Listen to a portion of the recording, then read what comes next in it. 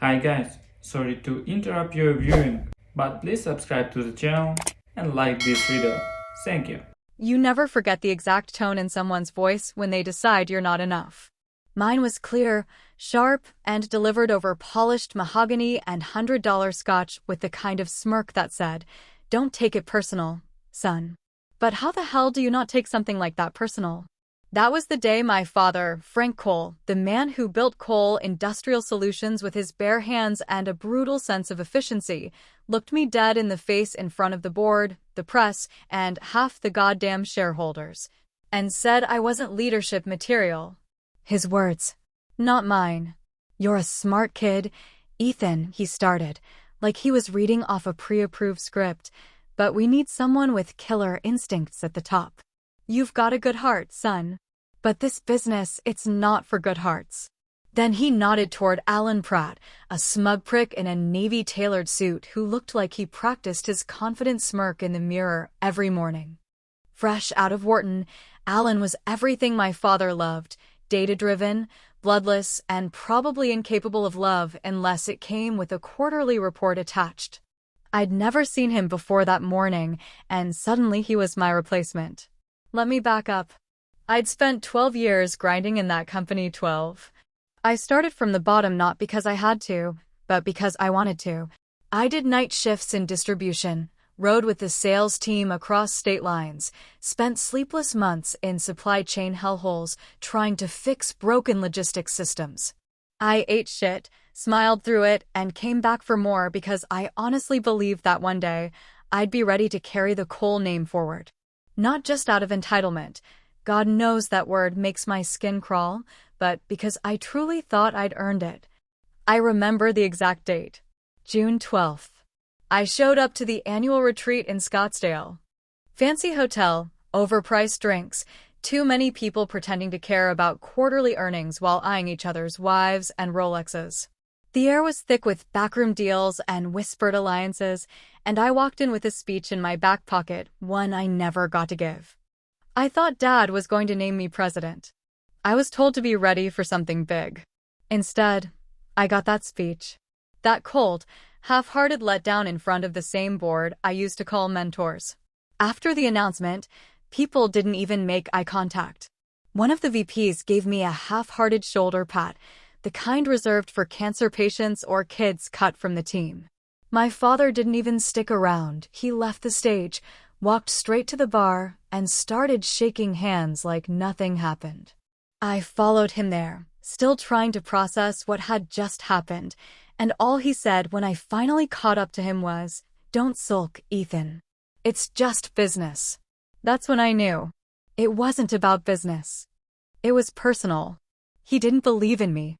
Maybe he never had. I went back to my suite, locked the door, and stared at my reflection in the mirror for what must have been an hour. I looked like a fool. I'd bought a new suit. Spent weeks preparing for a role that was never mine to begin with. They say betrayal feels like a knife in the back, but this felt more like a slow-motion punch to the chest, like I couldn't breathe, but I could feel everything. The rage, the shame, the humiliation. I poured myself a bourbon, then another, and sat on the balcony watching the desert sun sink into the horizon. You ever been to Arizona in the summer? It's beautiful, but it'll kill you slow if you're not careful. Just like family. I thought about my mother, the only person who ever said she was proud of me without looking at a spreadsheet. I thought about the nights I stayed late in the office while Dad flew out to conferences and golf retreats. I thought about Alan Pratt's smug little smile and the way the board nodded like sheep. That's when the bourbon hit me just right. That's when the fire lit. I didn't cry. I didn't scream. I just stood up, walked back inside, sat at the desk, opened my laptop, and started typing. I wasn't sure what the plan was yet. I didn't have all the pieces, but I knew one thing. If he thought I wasn't leadership material, I was going to show him exactly what the hell I was made of. So I created a new folder, gave it a name that felt just right, and opened a blank document. The file name?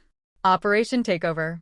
There's something about betrayal that rewires your brain, not all at once, not like a switch, but more like a slow, deliberate corrosion of everything you used to believe in. I used to think loyalty was a strength, that playing the long game with patience and respect would earn me something more than a handshake and a slap on the back. But after what my father did to me in that boardroom, I stopped seeing things through the lens of legacy and started seeing them through the lens of leverage. Because the truth is, every king has a weak spot, and I was done waiting for a throne I'd never be given. I spent the next few weeks doing what my father never taught me but should have. I shut the hell up and started watching. That was lesson number 1. Power makes people loud, but leverage keeps people quiet. I knew I couldn't go toe-to-toe with him publicly. Not yet. Not without resources, not without allies, and definitely not without a plan. But I also knew Frank Cole had enemies. Hell, he made a sport out of creating them. And if I could find the right one, someone who hated him as much as I did but had more firepower, then I'd have a shot at something real. That's how I ended up in a concrete-walled office on the south side of Chicago, sitting across from Marla Jensen, the one woman in the industry who never flinched at my father's name. She ran Titan Core, a logistics and infrastructure monster my father had been trying to buy, beat, or bankrupt for over a decade. Marla wasn't just sharp, she was surgical. Late 50s, white streaks in her short black hair, voice like gravel and bourbon, and eyes that could make a grown man shrink. She didn't offer coffee. She didn't smile. She just lit a cigarette in front of a no-smoking sign and asked, "What's a coal boy doing in my office?" I told her the truth. Not all of it, but just enough to let her know I wasn't there to play spy games. I said I wasn't part of Coal Industrial anymore. I said I was interested in buying into Titan Core. She laughed, one dry, raspy bark, and said, "You got balls, kid. I'll give you that." Then she leaned in and added, "But I don't do charity, and I sure as hell don't babysit trust fund casualties." That stung, but I didn't flinch. Instead, I asked for data. Show me where her vulnerabilities were. Let me see what Frank was trying to exploit. I told her if I could help patch her leaks, I wanted a stake, not just money in, but hands-on involvement. She didn't say yes, but she didn't kick me out either. That was day 1. Over the next 3 months, we met in backrooms and warehouses, sometimes in her office, sometimes over brutal coffee at grimy truck stops halfway between Chicago and St. Louis. She had 7 main divisions, well, technically 8, but the 8th one doesn't really count because it made up like 25% of their profits. Still, I focused on the ones that mattered to her right now: long-haul logistics, industrial rail, and intermodal terminals. The infrastructure arteries of the whole damn country. The ones Frank's empire depended on. And that's when I started seeing the cracks in Coal Industrial. Not just from the outside, but from everything I already knew from my years inside the beast. The logistics side had been overstretched for years. Too many routes, too few trucks, drivers constantly rotating through contracts because Dad refused to sign with unions. One of their key patents, tied to a digital freight matching platform, was still tangled in a lawsuit from a former vendor who claimed it was stolen. And worst of all, the company had lost its soul. That mattered more than Frank would ever admit. Employees were bitter, turnover was brutal, and morale was about as high as a sewer line in winter. I documented everything, quietly, strategically, like a sniper watching from the rooftop, waiting for that one clean shot. Marla started to respect me. She never said it, but I could feel it. She began asking my opinion in meetings, started copying me on internal strategy emails. And I noticed something else, something that gave me a strange kind of joy. She hated my father, but not just in a corporate rival sort of way. She hated him because years ago, he'd tried to squeeze her out of a military logistics contract by cutting her rates and underbidding her until her company almost went bankrupt. She fought back and won, but the scars were still fresh. That's when she asked the question that changed everything. We were sitting in a quiet diner in Omaha, yeah, Omaha of all places, waiting for a meatpacking client to finish a site tour. She reached into her briefcase, pulled out a manila folder, and slid it across the table. "Here's the deal," she said, never breaking eye contact. You buy in for 20 mil. By the end of the year, you'll own 40%. But I don't do slow walkers, Ethan. You in or not? My heart didn't pound. My palms didn't sweat. I felt calm. Because this wasn't the end game. It was just the first move on the board. And Frank Cole? He never saw it coming. The thing about going to war with your own family is, at some point, someone always tries to drag you back to peace. It's never the person who betrayed you, never the one who lit the match and walked away. It's always the person who watched the fire start and still hopes the house can somehow be saved. For me, that person was my mother, and the timing couldn't have been worse. I was in the middle of drafting a restructuring pitch with Marla's top strategist, some former Navy guy with hands like bricks and the personality of a spreadsheet. We were mapping how Titan Corps could restructure a few decaying assets in the Southeast Corridor, and I'd barely slept in 2 days, running on gas station coffee and spite. My phone buzzed for the 3rd time that hour, and I almost ignored it again until I saw her name, Mom. Just that. No nickname, no emoji. Just the plain truth of it, sitting heavy on my screen like a weight I hadn't touched in months. I picked up on the 4th ring, figuring I'd keep it short long enough to be polite, short enough not to feel anything. But the second I answered, I heard it in her voice. Not anger, not judgment. Just worry. Deep, old, familiar worry. The kind that only a mother can conjure with a single sigh. Ethan, she said, like my name hurt to say out loud, I know what you're doing. And I'm asking you to stop. I stood up, walked out of the meeting room, and leaned against the cold brick wall of the converted warehouse Marla had turned into her command center. How do you even know what I'm doing? I asked, more defensively than I meant. She paused. Then she said, your father's been in meetings with crisis managers. He's pretending everything's fine, but I've seen this before. You're hitting him harder than you realize. That should have made me feel something like satisfaction. But it didn't. Not yet. Not with her voice sounding the way it did. She told me she'd heard about Titan Corps, about my meetings, about the whispers floating around the industry like smoke before the blaze. Then she said something that cracked me open in a way I wasn't ready for. Your father, he was always harder on you because he saw too much of himself in you. The drive. The silence. The way you carry things you shouldn't have to. I stayed silent, pressing my forehead against the cold wall like it could hold me up. She thought she was offering comfort, some kind of explanation that would make it all make sense. But all I heard was confirmation that Frank had never seen me as a man on my own terms. He didn't raise me to succeed.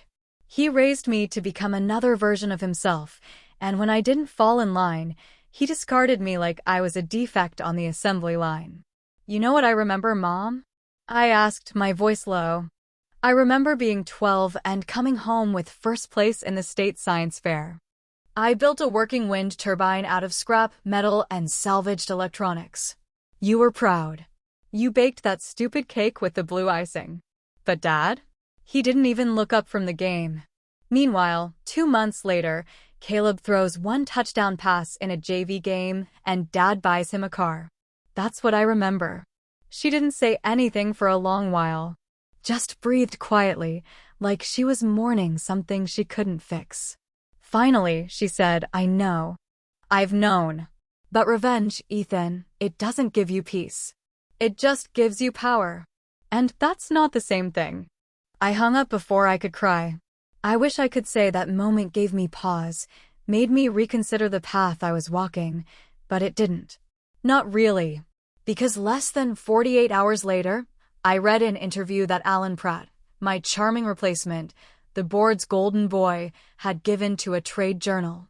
In it, he talked about how Cole Industrial had trimmed the fat and cut the dead weight from the family tree in order to innovate and evolve. He didn't say my name, but he didn't have to. I could feel the smirk behind his words like a slap to the teeth. That's when I knew this wasn't just about me and Frank anymore. This was about reputation. About erasure. About the quiet war people like Alan wage with boardroom smiles and press releases that rewrite history before it's even cold. They weren't just moving on, they were pretending I never mattered. And that was the line. I called my banker that night, told him to move the funds into the Titan Core Trust. I didn't even blink when he read the amount back to me. 20 million. Years of bonuses, stock options, silent investments, scraped together piece by piece and ready to detonate like a long-buried mine. He confirmed it with a single sentence that rang in my ears like a starting gun. Funds are in, he said. You're officially a Titan Core stakeholder. And just like that, I wasn't playing defense anymore.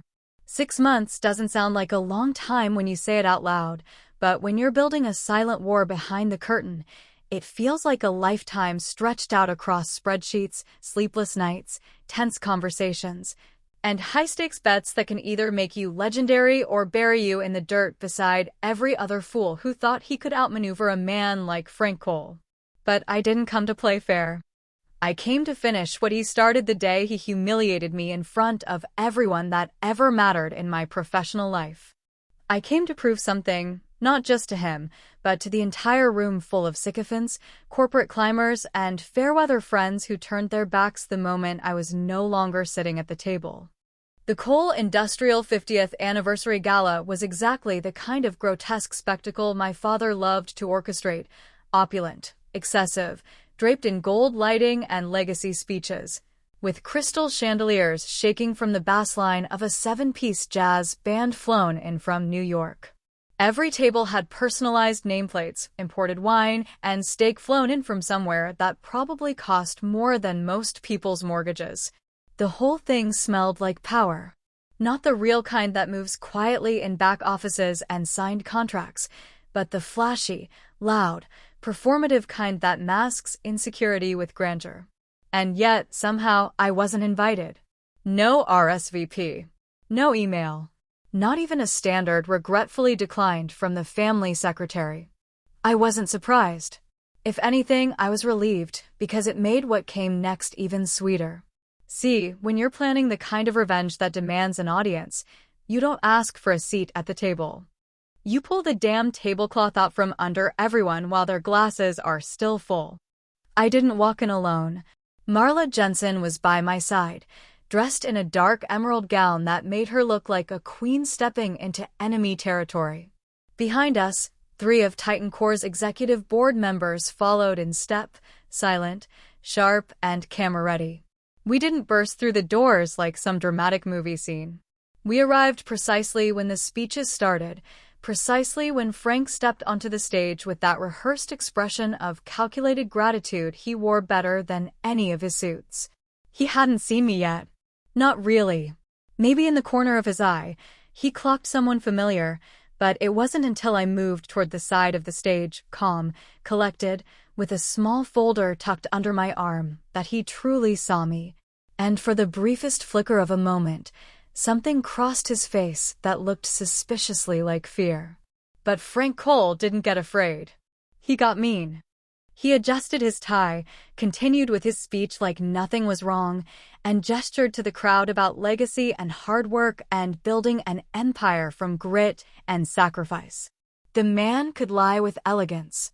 You almost believed him if you didn't know any better. But I did.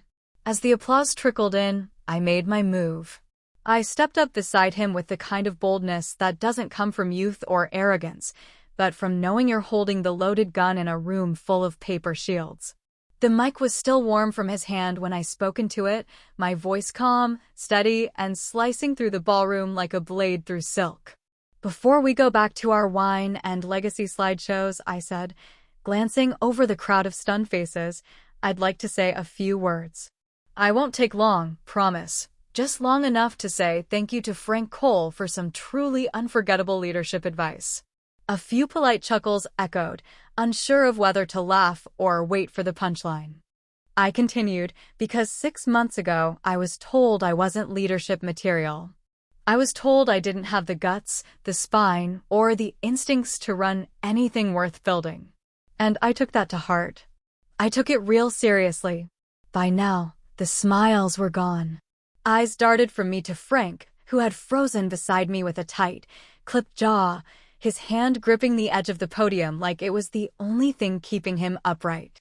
So I decided to learn. I decided to build something on my own.